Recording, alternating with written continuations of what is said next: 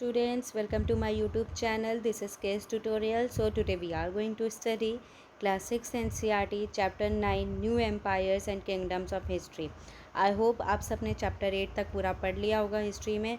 Short notes भी मैंने provide कर दिए हैं तो आप सबको समझ में आ गया होगा स्टूडेंट्स. ठीक है, ये जो फाउंडेशन सीरीज़ है, ये जो मैंने एनसीईआरटी सीरीज़ आप लोगों के लिए स्टार्ट की है, आई होप आप सबको इस सीरीज़ से बहुत ज़्यादा बेनिफिट मिल रहा होगा. ओके, और चैप्टर 10 कंप्लीट होते ही हम इंग्लिश का एक शॉर्ट सेशन रखेंगे जिसमें हम कुछ क्वेश्चन सॉल्व करेंगे जो प्रीवियस ईयर में पेपर्स में पूछे गए होंगे, एग्ज़ाम्स में पूछे गए होंगे, यूपीएससी में, यूपीपीसीएस में और बाकी और कॉम्पिटिटिव एग्ज़ाम्स में जो एनसीईआरटी से क्वेश्चन आ सकते हैं या आते हैं, आने वाले हैं. इनसे ये जो आ चुके हैं, हम उन सारे क्वेश्चंस को डिटेल्ड में एक्सप्लेन करेंगे और डिटेल्ड में हम उन सारे क्वेश्चंस को सॉल्व भी करेंगे. और मैं ये कोशिश करूँगी कि आप लोगों की पूरी तैयारी हो जाए ताकि आपका कहीं से भी एनसीईआरटी से क्वेश्चन पूछा जाए तो आप लोग आसानी से कर लें. ओके स्टूडेंट्स, अब बात करेंगे कि मैं चैप्टर्स ये जो क्लास 7th है इसमें भी मैं पढ़ाऊँगी हिस्ट्री. और मतलब ये समझ लीजिए क्लास 6 से लेकर 12 तक की पूरी हिस्ट्री मैं आप सबकी कंप्लीट कर दूँगी. और फिर उसके बाद मैं कॉम्पिटिटिव लेवल की जो यूपीएससी लेवल में पढ़ाया जाता है हिस्ट्री, हम डिटेल्ड में पढ़ेंगे. पहले हम एनसीईआरटी कवर कर लेते और फिर उसके बाद हम वही चीज़ें डिटेल्ड में और अच्छे से कवर अप करेंगे. ओके स्टूडेंट्स, तो पहले हम हिस्ट्री पूरी तरीके से कर लेते हैं. और अगर कोई भी डाउट है तो आप सब लोग प्लीज़ कमेंट करिए, प्लीज़ कमेंट में पूछिए, क्योंकि आप लोगों के कमेंट्स नहीं आ रहे तो इसका मतलब है कि या तो आप पढ़ नहीं रहे या आपको सब आता है. ठीक है, तो प्लीज़ ये रिक्वेस्ट है कि आप लोग भाई कमेंट करिए, क्वेश्चंस पूछिए और क्वेश्चंस के आंसर आपको तुरंत के तुरंत कमेंट बॉक्स में ही मिल जाएंगे. ओके, और अगर आप कहेंगे कि मैम इसका PDF प्रोवाइड कर दीजिए तो मैं PDF भी प्रोवाइड कर दूँगी. ओके, चाहे वो शॉर्ट नोट्स के हों, चाहिए एनसीईआरटी नोट्स हों, चाहिए एनसीईआरटी बुक की हो, क्योंकि ज़रूरी नहीं है कि सभी के पास एनसीईआरटी बुक्स अवेलेबल हो क्लास 6 की या न्यू एडिशन, क्योंकि बहुत से ऐसे बच्चे जिनके पास पुरानी एडिशन रखी होगी. ठीक है, तो ये जो न्यू एडिशन है मैंने एनसीईआरटी वेबसाइट से ही डाउनलोड किया है, तो आप लोग भी प्लीज़ या तो डाउनलोड कर लीजिए या तो अगर आप मुझसे बोलेंगे तो मैं PDF का लिंक डिस्क्रिप्शन बॉक्स में डाल दूँगी. ओके, चलिए let start without wasting any time. अब देखते हैं कि जैसे कि हमने देखा कि इस पूरी क्लासेस की हिस्ट्री में हमने देखा कि जो भी चैप्टर की स्टार्टिंग है वो किसी न किसी स्टोरी से है. तो यहाँ पे एक अरविंद नाम का स्टूडेंट है जो खेल रहा है, तो अरविंद प्लेज अ किंग. तो अरविंद ने एक एक्टिंग की और अरविंद एक्ट कर रहा है, ड्रामेटिक्स में पार्टिसिपेट किया है और वो एक किंग की तरह किंग का एक्ट कर रहा है, किंग का रोल प्ले कर रहा है. ओके, तब हम यहाँ पढ़ेंगे prashastis and what they tell us. ठीक है, अब ये बात करेंगे कि प्रशस्तीज क्या है और प्रशस्तीज हमें क्या बताती हैं. ओके, तो Arvind was suppose to be acting as Samudragupta, a famous ruler of dynasty known as Guptas. Okay students, हम यहाँ पे समुद्रगुप्त के बारे में पढ़ेंगे और उसके बाद हम यहाँ पे हर्षवर्धन के बारे में पढ़ेंगे, पुलकेशिन के बारे में पढ़ेंगे, चालुक्य पांड्यास के बारे में पढ़ेंगे. ओके, तो समुद्रगुप्त एक फेमस रूलर थे और ये कौन सी डायनेस्टी के थे?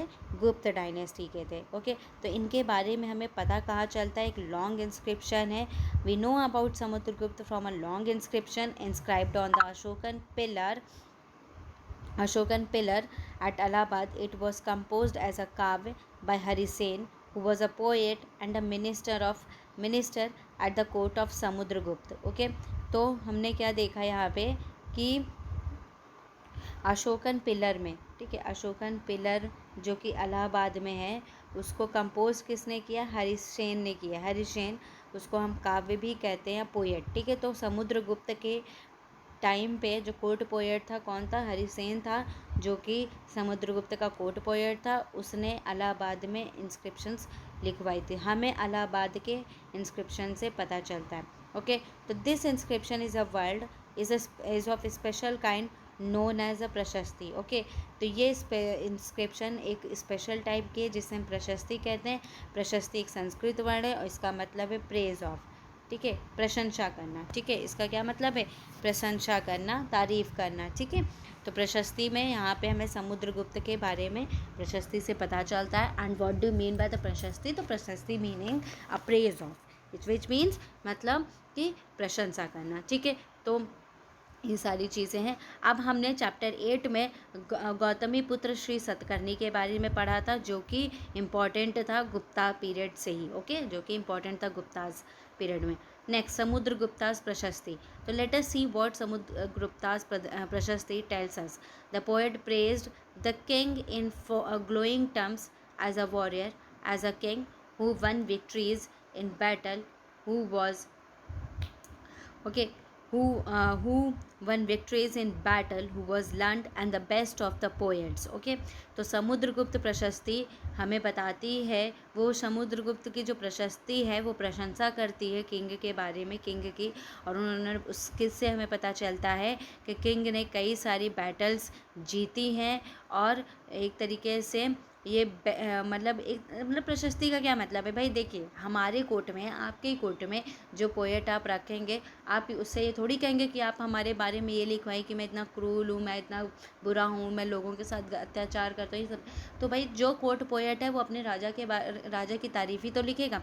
तो यहाँ पे हम राजा की तारीफ़ बहुत देखते हैं, और ये बढ़ा चढ़ा के लिखी गई है, ठीक है, बढ़ा चढ़ा के लोग लिखते भी थे। तो is also described as equal to the god, ठीक है, उसको भगवान की तरह माना गया। द प्रशस्ति was compose in very long sentences, is a part of one such sentence. अब यहाँ पे देख लेते हैं कि कैसे लिखी गई। तो Samudragupta the warrior whose body was most charming, being covered with the plenteous beauty of the marks of hundreds of scars caused by battle axes, arrows, spikes, spears, barbed darts, swords, iron clubs, javelin, barbed arrows, long arrows and many other weapons. तो यहाँ पे क्या बोला कि समुद्रगुप्त एक ऐसा warrior था जिसकी बॉडी इतनी ज़्यादा चार्मिंग थी, और उसकी बॉडी में कई सारे मतलब 100 से भी ज़्यादा मार्क्स लगे हुए थे, एरोज़ के, स्पाइक्स के, ओके, एक्सेस के, ठीक है। तो मतलब ये सोचे ना कि प्रशस्ति में क्या है, हम एक राजा की प्रशंसा करें। यहाँ पे हमें सिर्फ समुद्रगुप्त के बारे में पता चलेगा,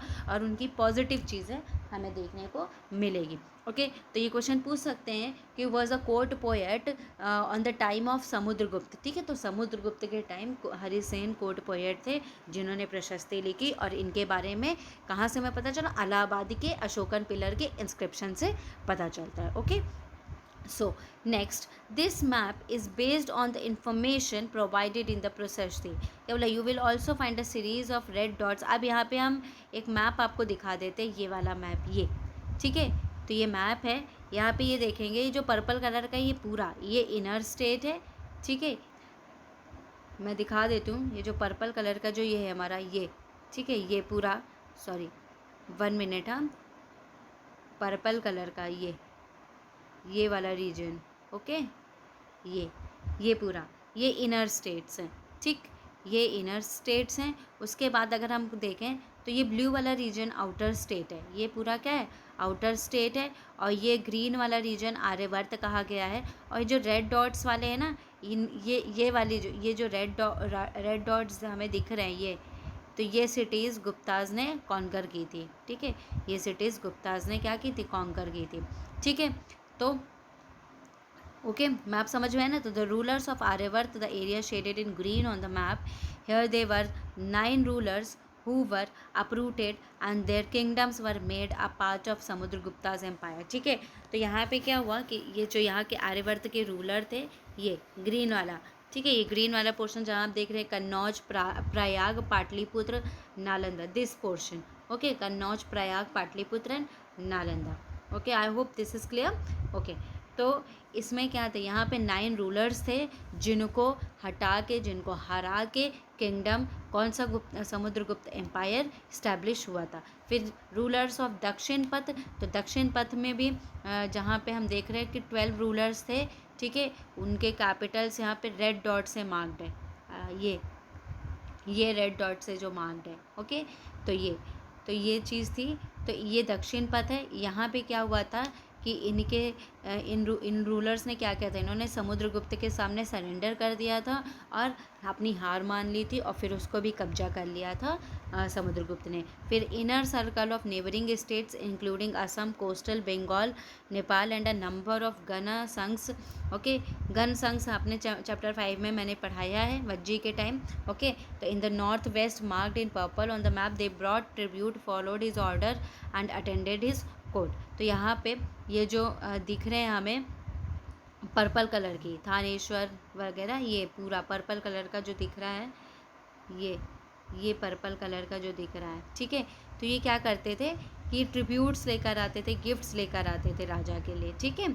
और the rulers of the outlying areas marked in blue on the map perhaps the descendants of the Kushanas and Shakas and the ruler of Sri Lanka who submitted to him and offered daughters in marriage. Okay, अब हम ये देखेंगे, ये जो blue colour के marked हैं, ये blue colour का मार्क्ड है एक ये पोर्शन, और इधर श्रीलंका वाला पोर्शन ये भी।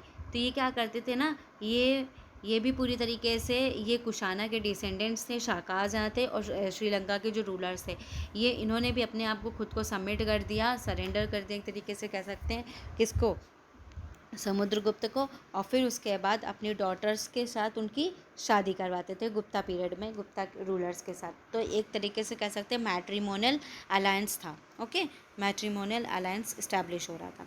नेक्स्ट अब हम बात करेंगे जेनोलॉजीज़ की। तो पहले विक्रम संवत देख लेते हैं। तो Vikram Samvat, the era beginning in the 58 BC is traditionally associated with Gupta king, ठीक है। तो ये जो 58 बिफोर क्राइस्ट एरा है वो पूरा गुप्ता किंग को ही एसोसिएट करते हैं। और चंद्रगुप्त टू जो था उसने फाउंड किया था शाकास के ऊपर विक्ट्री, तो वो शाकास को हरा के चंद्रगुप्त टू आया था, ठीक है। और उसको टाइटल मिला था विक्रमादित्य का, चंद्रगुप्त को टू को ही टाइटल मिला था विक्रम आदित्य का, ठीक है। तो ये क्वेश्चन पूछ सकते हैं कि विक्रमादित्य किसको, जो टाइटल है विक्रमादित्य वो किसको मिला था, तो चंद्रगुप्त टू को मिला था गुप्ता डायनेस्टी से।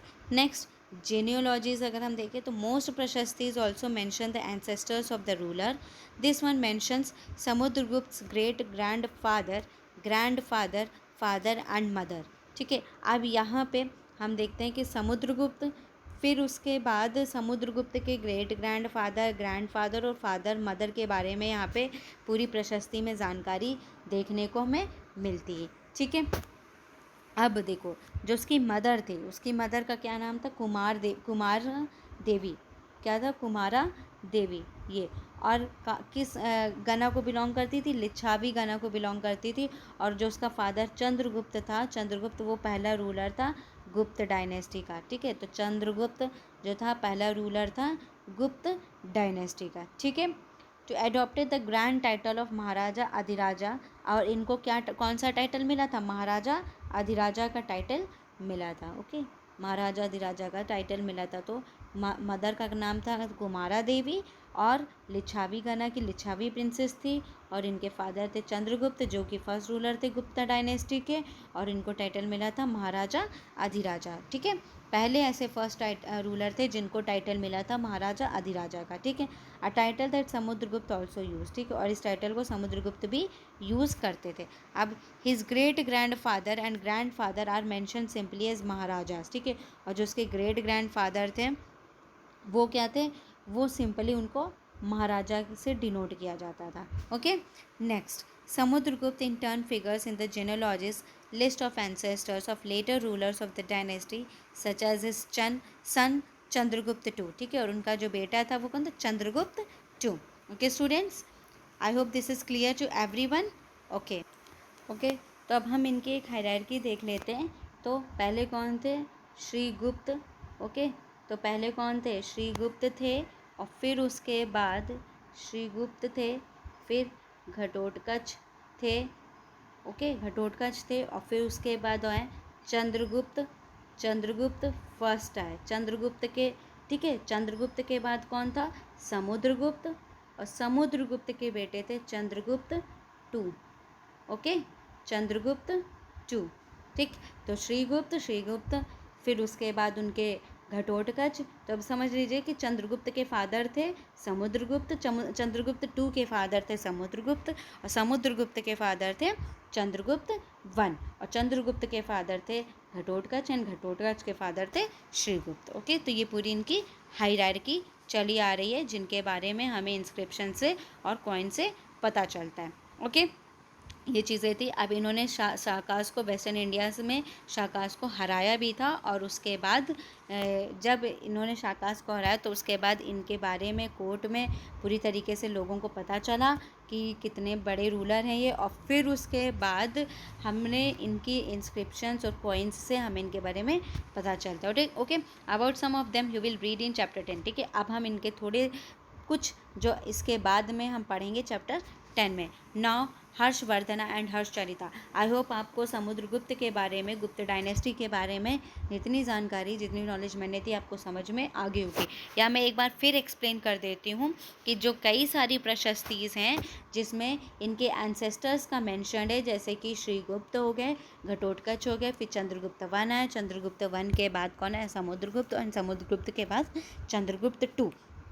ओके, तो ये थे। और समुद्रगुप्त की जो मदर थी वो कौन थी, लिच्छावी प्रिंसेस थी, और जो उसके फादर चंद्रगुप्त ऐसे पहले ऐसे रूलर थे गुप्ता डायनेस्टी के जिनको महाराजा अधिराजा की टाइटल मिली। ओके, अब समुद्रगुप्त भी उसको यूज़ करते थे। अब ये जो इनके जो ग्रेट ग्रैंड फादर थे और ग्रैंड फादर थे उनको सिर्फ महाराजा ही कह के बोला जाता था। और समुद्रगुप्त के बारे में समुद्रगुप्त के जो बेटे थे चंद्रगुप्त टू, उन्होंने आगे अपनी डायनेस्टी को बढ़ाया, और इनके बारे में हमें इंस्क्रिप्शंस और कॉइन से पता चलता है।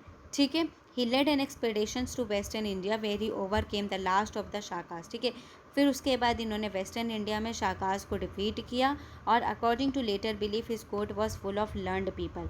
और बाद में ये माना जाता है कि इनके कोर्ट में कई सारे माने जाने लोग रहते थे। ठीक है, तो ऐसा हरिसेन ने कहा है अपनी प्रशस्ति में, ऐसा लिखा है। तो ये इम्पॉर्टेंट है कि प्रशस्ति हमें कहाँ से मिली, तो प्रशस्ति हमें अशोकन पिलर से इलाहाबाद में मिली। नेक्स्ट हम टॉपिक स्टार्ट करते हैं हर्षवर्धन एंड द हर्षचरिता। तो while we can learn about the Gupta rulers from their inscriptions and coins, we can find out about some kings from biographies. Harshavardhan, who ruled nearly 1400 years ago, was one such ruler. His court poet Ban Bhatt wrote his biography, the Harshcharita, in Sanskrit. Okay, तो हर्षवर्धन जो कि 1400 years ago rule किए थे। ठीक है, और इनके जो कोर्ट पोएट थे कौन थे, बान भट्ट थे। इनके जो कोर्ट पोएट थे वो बान भट्ट थे, जिन्होंने बायोग्राफी लिखी हर्षचरिता के नाम से संस्कृत में। ओके, तो हर्षवर्धन के नाम पे जो बुक लिखी है हर्षचरिता, और हर्षचरिता के ऑथर कौन थे, बान भट्ट, जो कि हर्षवर्धन के कोर्ट पोएट थे, और किस में लिखी गई, संस्कृत में लिखी गई। तो this gives us the genealogy of Harsha and ends with his becoming king. Okay, और ये कब एंड हुई, जब वो किंग बन गए। फिर जुआन जैंग के बारे में हमने देखा जब वो आए थे। ठीक है, जब वो आए थे, एंड इस हर्षा कोर्ट में भी उन्होंने काफ़ी टाइम स्पेंड किया, and left a detailed account of what he saw, और फिर उन्होंने कई सारी चीज़ें लिखी जो उन्होंने देखा। Okay, so Harsha was not the eldest son of his father but became king of Thaneshwar after both his father and Elder brother died. ठीक है, हर्षा एल्डेस्ट सन नहीं था अपने फादर का, लेकिन वो किंग थानेश्वर का बना जब उसके फादर और उसके भाई की डेथ हो गई। ठीक है, तो जब उसके फादर उसके भाई की डेथ हो गई तब हर्षवर्धन थानेश्वर का राजा बना। Okay, and his brother in law was the ruler of Kannauj, और जो उसका ब्रदर इन लॉ था वो कन्नौज का रूलर था, और and he was killed by the ruler of Bengal, और उसको किसने मार दिया था, बंगाल के रूलर ने मार दिया था। तो फिर उसके बाद कन्नौज को भी हर्षा ने ही कंट्रोल किया, and then led an army against the ruler of Bengal, और फिर उसके बाद उन्होंने बंगाल के खिलाफ जंग छेड़ दी। Next, although he was successful in the east and conquered Magadha. Okay, और फिर उसके बाद वो ईस्ट में भी सक्सेसफुल रहा और उसने मगध को अपने कब्जे में कर लिया, साथ साथ बंगाल में, and probably Bengal also he was not at successful elsewhere. ठीक है, लेकिन बंगाल में इतना ज़्यादा सक्सेस नहीं मिल पाई उसको। फिर he tried to cross the Narmada to march into Deccan but was stopped by a ruler belonging to the Chalukya dynasty Pulakeshin two. Okay, अब हम देखते हैं कि नर्मदा रिवर को जब उसने क्रॉस करने की कोशिश की, वो डेक्कन की तरफ मार्च किया, तब वहाँ पे रूलर था चालुक्य डायनेस्टी का पुलकेशिन टू, जिसने उसको हराया। ओके, तो अब हम यहाँ पे पल्लव और चालुक्यास के बारे में पढ़ेंगे नेक्स्ट, एंड पुलकेशिन प्रशस्ति के बारे में। तो द पल्लवास एंड चालुक्यास ये मोस्ट इम्पॉर्टेंट रूलिंग डायनेस्टीज़ की थी साउथ इंडिया की। ठीक है, अब the kingdom of the Pallavas spread from the region around their capital Kanchipuram. अब अगर मैं इसकी बात करती हूँ तो इसका किंगडम कहाँ से कहाँ तक, तो जैसे ये साउथ में था, ठीक है, तो इधर तुम्हारे पल्लव्स हैं और इधर चालुक्यास हैं। ओके, ठीक, इधर चालुक्यास हैं। अब हम देखते हैं कि पल्लव्स ने जो क्या किया था, Pallavas the kingdom of Pallava spread from the region around their capital Kanchipuram to the Kaveri delta, while that of the Chalukyas was centered around the Raichur Doab between the river Krishna and Tungabhadra। Okay, तो हम देखते हैं कि जो पल्लव ने अपना reason जो उनका कैपिटल था कांचीपुरम को कावेरी डेल्टा तक फैलाया था, और चालुक्य ने रायचूर द्वाब और रिवर कृष्णा तुंगभद्रा के बीच में अपना चालुक्य किंगडम इस्टेब्लिश किया था। ओके, और आईहोल क्या था, आईहोल कैपिटल थी। Aihole the capital of the Chalukyas was an important trading centre. Aihole Chalukya का एक कैपिटल था, ठीक है, और एक इम्पॉर्टेंट ट्रेडिंग सेंटर भी था। And it developed as a religious centre with the number of temples, और साथ साथ इसने रिलीजियस सेंटर्स भी बनवाए, कई सारे टेम्पल्स भी इसने बनवाए थे। ओके, चालुक्य डायनेस्टी ने। And the Pallavas and Chalukyas frequently raided one another's lands, especially attacking the capital cities which were prosperous towns. ठीक है, अब ये क्या करते थे, चालुक्य और पल्लव्स ये दोनों आपस में एक दूसरे से लड़ते थे और एक दूसरे की कैपिटल सिटीज़ पे अटैक करते थे। Okay, I hope this is clear to everyone. If you have any doubt you can ask from me students. Okay, हाँ, वैसे बहुत इजी है, हिस्ट्री है क्लास 6 की, काफ़ी इजी है, और जब हम आगे पढ़ेंगे तो और ज़्यादा डिटेल्ड में हम जानने की कोशिश करेंगे। The best known Chalukya ruler was Pulakeshin two, और जो पहला जो चालुक्य रूलर था, जो मतलब सॉरी पहला नहीं, जो बेस्ट चालुक्य रूलर था उसको पुलकेशिन टू के नाम से जानते हैं।